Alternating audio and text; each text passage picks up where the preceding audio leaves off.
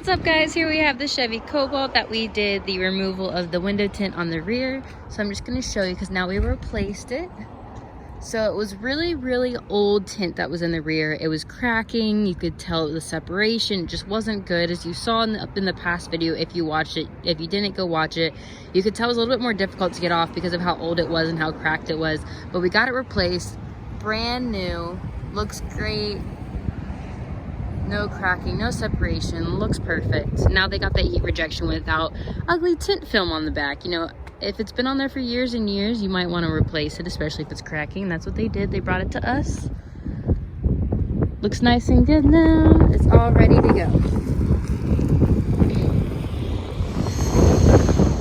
Bye.